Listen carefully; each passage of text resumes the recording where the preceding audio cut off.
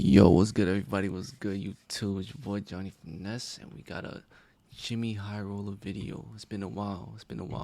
NBA season's here, so he here. You know what I'm saying? When you break the rules and get away with it. Let's see.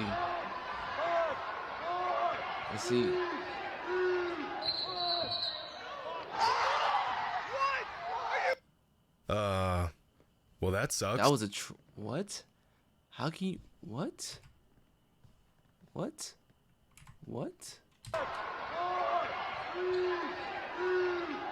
Oh, that's that shit. That's crazy. Well, that sucks. Game is all tied up with seconds left on the clock, and this kid pulls off every hooper's dream of knocking down a game-winning three-pointer at the buzzer, just to have it called off by the ref. And most basketball fans who saw this video agreed that this move was in fact a travel. As tragic as this call was, it was the correct one. But if this is a travel, then so is this, and this, and this, and this, and all of these. NBA players don't have to follow the rules. I mean, they used to, but they don't anymore. Because according to them, they don't have to. Damn, that's crazy. I didn't know. Today's video is sponsored by DraftKings Glory. I didn't know that was against the rules. I thought that was a zero step. It does I thought that was a zero step. Your pre-game moneyline hit King Sportsbook. I thought that was, you know what I'm saying? In 2019, on the Raptors' road to a championship, Kawhi Leonard hit one of the greatest shots in NBA history. That shit was it's nice. Off to Leonard, defended by Simmons. Is this the dagger?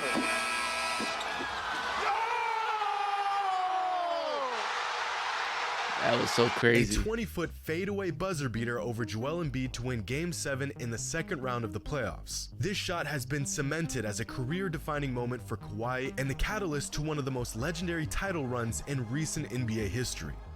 But it never should have happened. Never should have. Run the tape back. Why? What happened?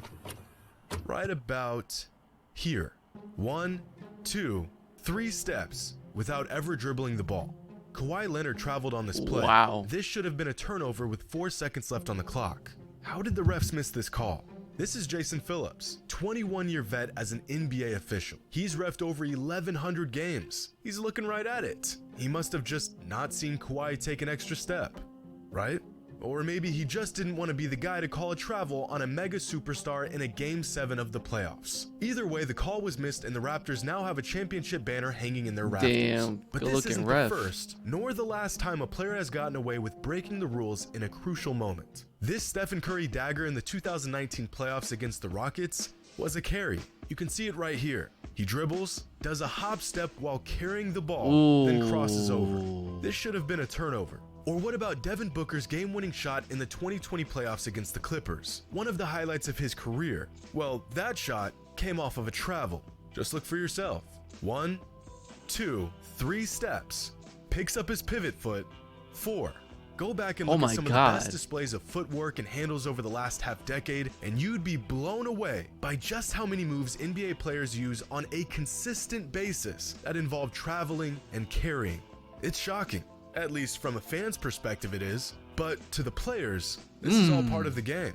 A few months ago, a fan shared a clip of Ja Morant conjuring up one of the most egregious travel and carry jobs you'll ever see. And this fan did not hold back, saying Ja Morant carries the ball on pretty much every possession and it never gets called. Right below this post, Donovan Mitchell chimed in with 4 simple words. We all do it.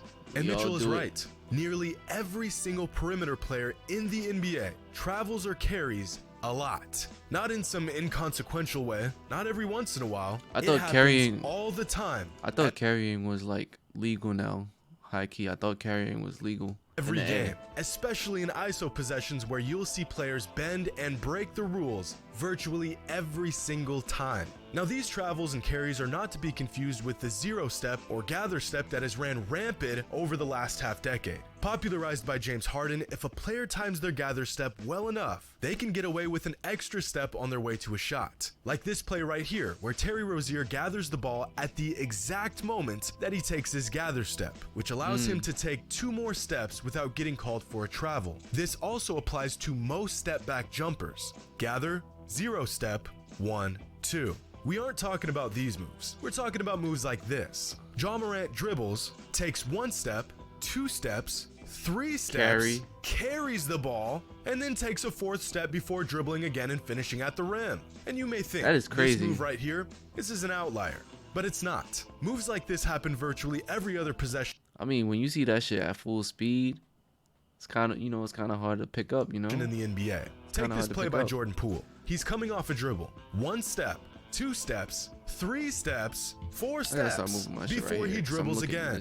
But wait, he's not done. He burns Jordan Clarkson on the in and out. Dribbles, takes 1 step, 2 steps, 3 steps, 4 steps. That's 2 violations in the same combo to create space from his defender. This is an epidemic.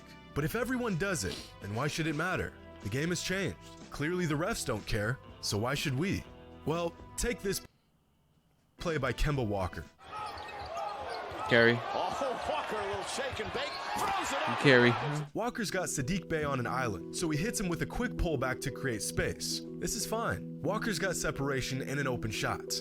But no, he takes 1, 2, 3, 4 steps while carrying the ball, forcing Sadiq to close out, and then he blows by him. As a defender, if you see the offense take 2, even 3 steps backwards, you know they have to commit to a shot or a pass. They have nowhere left to go. They've used all of their steps. But when the offense can just suspend the ball indefinitely and just take another step to blow right past you, how exactly are you supposed to defend this? It's the same general concept being used on most of these moves. Whether the player is using a 0 step, a pocket dribble, a hesitation, most of the time, these moves are breaking some sort of rule. And when the defense sees a player hold the ball league, that's why it's an offensive league. They gotta get them highlights in. The more highlights you get in, the more fans you get. They know they can close out strong because they know the offense either has to shoot the ball or pass the ball.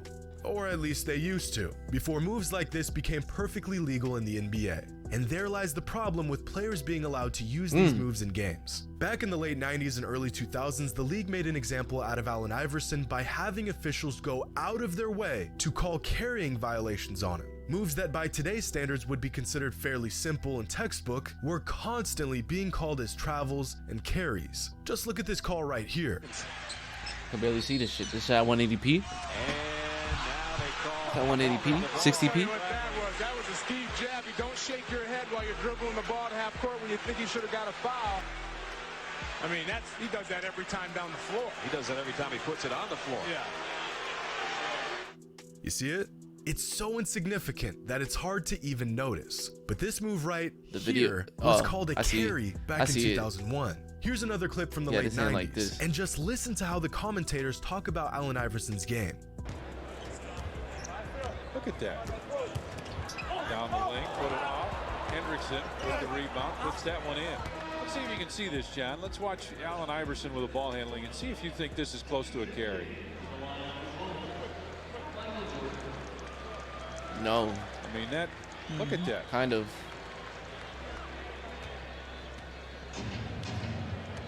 You can't make that move and not carry the ball, right?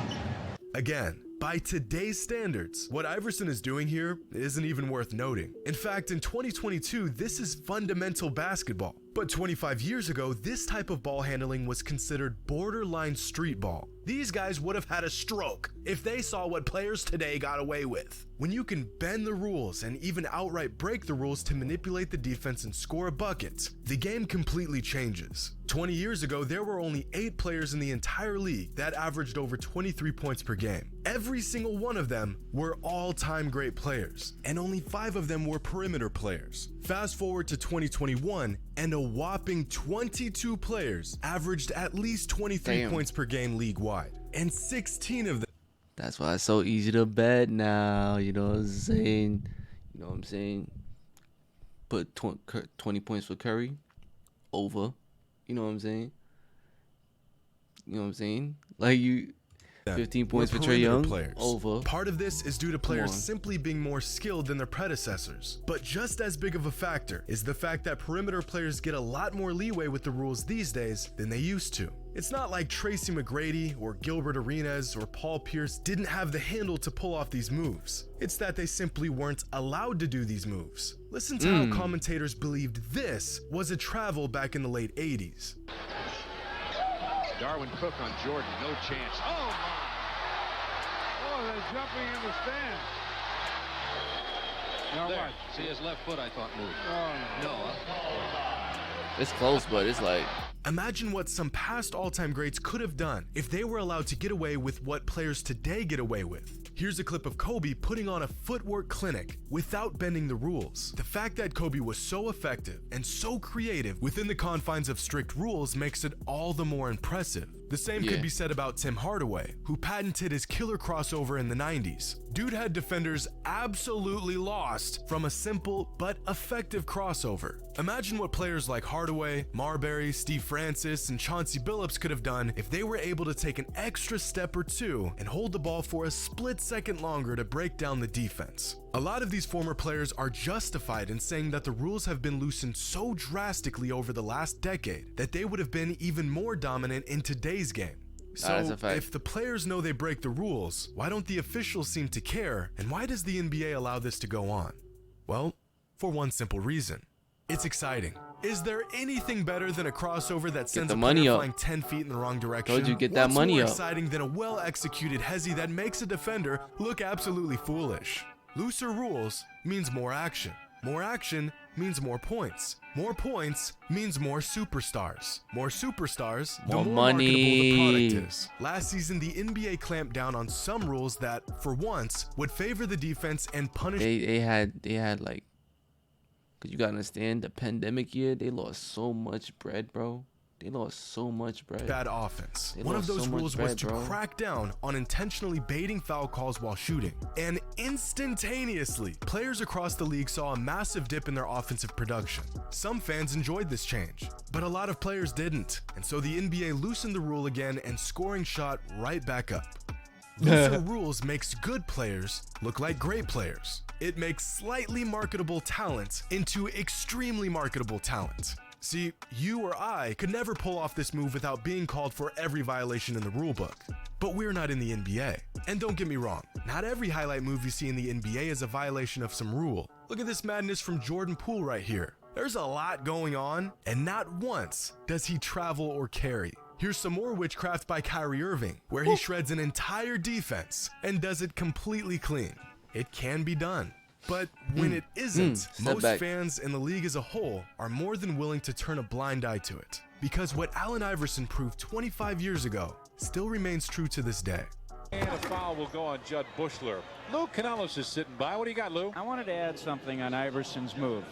They have called it a number of times here in the league, and that's why the guy's averaging almost 5 turnovers a game, Tom. But also take into account this.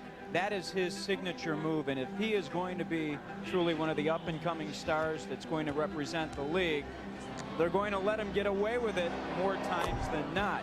You're exactly right. I think that dribble there is a carry every single time he goes to the basket. But, like I said, it's his signature move, and they're going to let him get away with it. It's fact. At the end of the day, it's about the money. It's always been about the money, always will be about the money. That's how they get played. That's how they get paid. That's how they play. And if you're new to the channel, make sure you hit that sub button, dog.